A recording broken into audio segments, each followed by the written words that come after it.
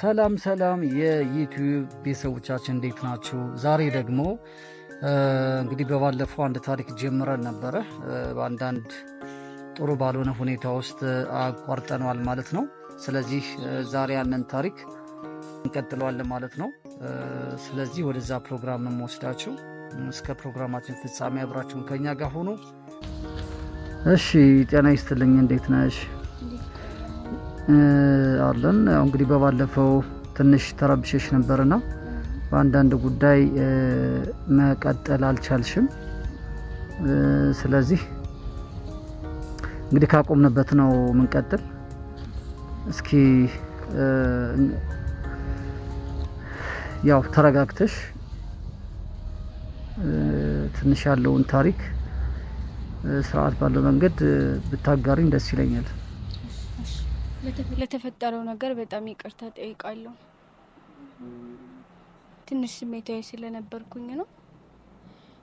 ያው ኬዙ እንደዛ ከተፈጠረ በኋላ ነው እንግዲህ እኛ ቤት ማለት ነው መንገድ ዳር ወጣ ነው ከእናቴ ጋር ማለት ነው። መንገድ ዳር ወጣን። ጎዳና ለአንድ ሳምንት የሚሆን የተኛ ነው። የሚበላም የለም። የሚበላ ራሱ ሆቴል ለሆቴል ነው ሂጂ ምናምን አምጥተን የምንበላና በጣም እነዛ አንድ ሳምንታት በጣም ፈተና ነበሩ። ከዛ የዞርኩኝ ስራ አፈላለኩኝ ምናምን ካፌ የሆነች ባለቤት ነበረች፣ ካፌ ባለቤት። እሷን አናገርኳትና መስራት ግን አሁን ከሱ ጋር በተለይ የጨረሽበት መንገድ ጠፍቷል። ቤቱን ሽጦ ጠፋ ያለ ምንም ርህራሄ ቤቱን ለምሳሌ እሺ ቤቱን ውስጥ ለውጥ ሸጠው ከዛ በኋላ ምንድነው የተፈጠረው? ማለት እንዴት ሊሶት ይቻላችሁ? መጡ፣ እኛ ወጣን። ምክንያቱም ገዝተውታል፣ እኛ መውጣት ነበረብን። እንደመጠየቅ አልሞከራችሁም? ምን ብለህ ትጠይቃለህ አንተ? የራስህ ማለት ሀገር የለም ነው ወይስ አለ? ከሀገር የለም ወጣን። አግኝታችሁ ታጣጡ? ይሄው ማክሲመም ማለት ነው ማው ነው 2 አመት ነው ታለኝ ከተለያየን ማለት ነው። አይቼው ከማላውቅ ማለት ነው። ምክንያቱም እንጃ እኔ ራሱ አይምሮዬ በዛ ሰዓት ልክ አልነበረ። እናም ያቺ ሴት በጣም አዝናለች ስለነበረ ሂስትሪ ምናምን ነገርኳተኝ ሆቴሉ ባለቤት እዛ እንድሰራ ፈቀደችልኝ ማለት ነው። እዛ ስራ ጀመርኩኝ። ወደ 1 ወር የሚሆን በደንብ ሰራን። ከዛ ከሷ ቤት ነው ስንኖር የነበረ። ስራ በጀመርኩበት ማግስት አውርቻት ምናምን እናቴን አየቻት ምናምን። እናቴም ጥሩ ባህሪ ስላላተኝ ወደደቻት እናቴ እና እዛ አብረን የሷ 3 ልጆች አሏተኝ። ቀን እሷ ጋር ሰራለሁ ማለት ነው። ማታ ወደ ቤት እንደተመለስኩ ደግሞ የሷ ልጆች ይይዛለሁ ማለት ነው። ምክንያቱም ለኔ ነው የምትከፍለኝ እናቴ የቤቱን ስራ ምናምን ነው የምትሰራ። እንደዛ ያረጋን ስንኖር እየተዳዳርን ነበርና በሷ ያው እግዚአብሔር ይስጣተኝ እንደዛ ያረጋን እየኖርን ነበር። ከዛ ሆቴል እየሰራው በጣም ባለ ሀብት ነው። በቃ እንትን አምሽቼ ምናምን ሲሄድ ፒክ ያረጋኝ ነበር። እሷ ባለቤቷ ስለምታመሽ እዛ ሂሳብ ምናምን ስለምትሰራ እኔ ወደ ቤት ሄጄ ልጆቿ ምናምን ነገር ይይዝላት ነበር እና እንደወጣው ዝም ብሎ ሊከታተለኝ ፒክ ሊያረግሽ ነው ኖርማል ነው ብዬ ነው ያሰብኩት። ስለጨለመብኝ ፒክ ሊያረጋኝ ነው ብዬ ያሰብኩትና እየሄድኩኝ ምናምን ነገር ማለት ይጠይቀኛል። እንዴት አንቺን የመሰለሽ ቆንጆ እዚህ ሆቴል ውስጥ መስተንግዶ ትሰራለች ምናምን ነገር አለኝ ሲለኝ፣ አይ ስራ እኮ አይናቅም፣ ስራው ውበት አይጠይቅም ማለት ስራ ነው ምናምን ነገር ብዬው በጣም አስተዋይ ብልህ ሴት ነሽ አለኝና እዛ በኋላ ስልኬን ተቀበለኝ። እዛ በኋላ መደዋወል ምናምን ጀመርነ ማውራት ምናምን ነገር። እዛ በኋላ በቃ ስወጣ ፒክ ያረጋኝ። ስመጣ እሷ ጋር ስለምመጣ ልክ ከስራ ስወጣ ነው ፒክ የሚያረጋኝ እና ግንኙነታችን ወደ 3 ወር ሞላው። የኔና የሰውየው ግንኙነት ማለት ነው። ከዛም በጣም እንጃ በጣም ጥሩ ሰው ነው ባይዘው። እኔ ሰውየው ብታየው ማይገዛልኝ የልብስ አይነት የለም፣ ማይገዛልኝ ጫማ የለም። እሷ ራሱ የት እያመጣሽው ነው ምናምን ነገር ብላኝ ስለ ሰውየው አጋራዋት። ግልጽ ስለነበርኩ ማለት ነው አጋራዋተኝ። በቃ በጣም ጥሩ አይዞሽ፣ አጥብቀሽ ያዡ የሚጠቅምሽ ከሆነ ምናምን ነገር ብላኝ በቃ ትምህርቴንም አቋርጬ ነበር። በሱ ምክንያት ጀመርኩ፣ ከፈለልኝ ጀመርኩኝ ትምህርቴን እየተማርኩኝ። እናቴንም ያገዝኳት ገንዘብ ሼር ምናምን ያረኳት። እንዳጋጣሚ ደግሞ ከእናቴ ጋር ሰውየው ጋር ይተዋወቁ ነበር። ሰውየውን ግን ታውቀው ነበር እና በጣም ከምል በላይ በጣም ጥሩ ሰው ነው። በቃ ለኔ መልካም ሰው ነው እሱ እና ግንኙነታችን እየቀጠለ ሄደ እየዳበረ ምናምን በቃ እኔም ደስተኛ ሆንኩ። ምክንያቱም ችግር ማንንም አይወድም ችግር እዛ ያለን እየተላመደ ምናምን ነገር ሄደን ይመጣል ስራው ሳያየኝ ምናምን አያውልም። እዛ እንደዛ ያረጋኝ እየተላመድን ስንሄድ የሆነ ጊዜ ቤቱ በጣም ትልቅ ነው። ሰውየው በስሙ 3 ነው 4 ቤት እንዳለው አወኩኝ የዛኔ ማለት ነው። ማለትም እሱ የሚኖርበትን ቤት ብቻ ጠራኝና ቤቱ በቃ እኔ ብቻዬን ነው የምኖረው። አንድ ልጅ ነበረኝ እዚህ ሀገር የለም አለኝ።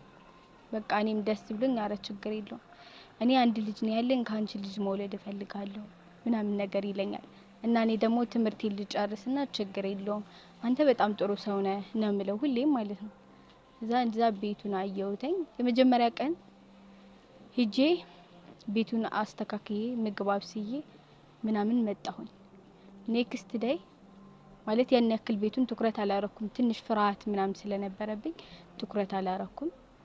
ሄድኩኝ ከዛ ከፍቼ ገባሁኝ ማለት ነው። ግን ልክ እንደገባሁኝ እዛ ቤት ምደነግጠው የሆነ ስሜት እንደዛ ነው የተሰማኝ። ፊት ለፊት ላይ ከቤቱ ፊት ለፊት ግድግዳው ላይ ሰውየውና የኔ የድሮ ፍቅረኛ ፎቶ ማለት ነው ተቃቅፈው ተነሱት ማለት ይሄን ያየሽው አንቺ በመጀመሪያ ቀን ወይስ በሁለተኛው ቀን ያየሁት? ማለትም መጀመሪያ ቀን ሰድ አው ኔክስት ዴይ ሲሄድ መጀመሪያ ሲሄድ ትኩረት አላረኩም። ቀጣይ ቀን ሲሄድ ግን አሁን ሳይ እኔ ማለት እኔ ራሱ የሆነ ማመን ያቃተኝና በሰዓቱ ምንም አልተናገርኩም ለእናቴም አልተናገርኩም ለሱም አልጠየቅኩትም እንደማላውቀው ሆኜ ቀጠልኩ ማለት ነው። ካዘብኝ ማለት መፈጠሬን የጠላሁት ይዘን ቀን ማለት ሰው እንዴት ተደጋጋሚ ችግር ያጋጥመዋል? አባትና ልጅ ማለት እኮ ነው እኔ ጋር ግንኙነት የነበራቸው። እኔ እንጃ አረ ለማለት ለመናገር ትንሽ ይከብደኛል። እኔ ግን ማለት የተሰጠው ማይችል የለም። በጣም ደነገጥኩኝ። በቃ ሰውነቴ እንደተርበተበተ ነው። ያስኩትን እቃ ጣል አድርጌ ቤቱን ዘግቼ ወጣሁ። ውጪ ስለነበር ግን ነገሩን በዝምታ ማለፍ ፈለኩ። ዝም ብዬ በቃ ከሰውየው ጋር ግንኙነቴን ቀጠልኩ። ምክንያቱም በሰዓቱ ቀስ ብዬ ቁጭ ብዬ ሳስበው ይሄ ሰውዬ ለኔ የሚጠቅመኝ ነው አይደለ? ለምን የሚጠቅመኝን ሰው ለምን ባለፈ ታሪክ አበላሽዋለሁ ብዬ አሰብኩኝ። ስለዚህ አይ ምንም አይፈጠርብኝም ለራሴን አሳመንኩት። ምንም አትሆኝም ምንም አይፈጠርም ይሄን ሰውዬ ተጠቀሚበት አልኩኝ ለራሴ ማለት ነው። ግን ነገ ይህንን ታሪኩን ሲያቅ መጥፎ ነገር ሊፈጠር እንደሚችል አላወቅሽም? አውቃለሁ እንደዛም አውቃለሁ አስቤበታለሁ። በመሀል ቤት ከየት መጣ ማን ነገረው እኔ እንጃ ቤት መንገድ እንደሆነ አላውቅም። ከምሰራበት ሆቴል መጣ የድሮ ፍቅረኛዬ ማለት ነው። አስጠራኝ የርቀት ላይ ያዩት ነበር ልክ ስለዚህ ያለኝ አማራጭ ዝም ብዬ እስኪጨርስ ሀሳቡን መጠበቅ ነበር ቆሜ ማለት ነው።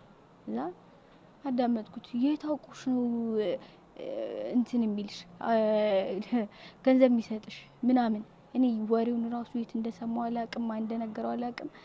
ሰምቼልሻለሁ ምናምን ቀበጣጠረ አሳይሻለሁ ምናምን ብሎ በቃ እንደዚህ ጠረጴዛውን በቦክስ መቶት ምናምን ሄደ። መጣ ባለቤቷ ምንሽ ነው የት ነው የምታውቂው ምናምን ብላ ተገርማ እስክትጠይቀኝ እኔ አላውቀውም በጣም ነው የሚያስቸግረኝ አላውቀውም መጥቶ አስፈራርቶኝ አላውቀውም አልኳት። ምክንያቱም እንትን ማለት አልፈለኩም ችግር ውስጥ ትከተኛለች ብላ እንድታስወጣኝ ስላልፈለኩ ማለት ነው። ከዛ ይዛት ሄደ። ወይ ልጁ የመጣው ከቤት ነው ከሆቴል ከምሰራበት ሆቴል መጣ አፋጦ ምናምን በቦክስ መቶት ምናምን ሄደ ጠረጴዛውን ማለት ነው። በሚቀጥለው ግን ራሴ ቤት መንገድ እንደሆነ አላውቅም እልም ያለ ጣውላ የተደረደረበት ጨለማ ቤት ውስጥ ነው ራሴ ከወንበሩ ጋር ወጂ ወደ ኋላ ታስሮ ማለት ነው። ስንት ሰዓት ላይ እንደሆነ አላውቅም ተከፈተ ቁልፍ ነው ተከፈተ ገባና ትሰሚያለሽ አንቺ ምናምን ብሎ ጮኸ። የሱ ድምጽ ነው። አረ በመቤቴ እባክህ ምን አርጊ ነው የምትለኝ? እኔ ምንም አውቀው ነገር የለም። ምንድነው እንደዛ አርገኝ ደ እንኳን ምን አርጊ ነው የምትለኝ? እኔ ምንም የለኝም በቃ ተወኝ ብዬ አለቀስኩ።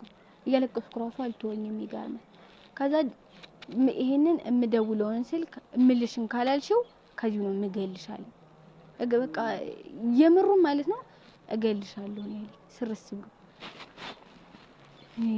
ማለት ይዛን ቀን እኔ ተስፋ ነው የቆረጥኩ ይዛን ቀን ጭራሽ የሽጉጥ ድምጽ ሰምቻለሁ ቀጭ አደረገብ አሁን እምደውለውን ስልክ እምልሽን ቃል በቃል ትይዋለሽ አለ እልልሃለሁ በቃ እንዳገለኝ ተወኝ እባክህ በእናትህ ተወኝ ላይክ አክቹሊ ይቆን ካልሰጣቸው እኔን ይገሉኛል በይው እያለቀሻለ ማን ነው የት ነሽ ምን እንደዛ አለና ባይሰጠው አይለቀኝም ነበር እርግጠኛ ነሽ ማለት በምን መንገድ በምን ተደራድሮ እንደሆነ አላቅም ግን የጠራው ብር ግን 3 ሚሊዮን ነበር ኦኬ እና እንደሰጠው እርግጠኛ ነሽ ሰጥቶታል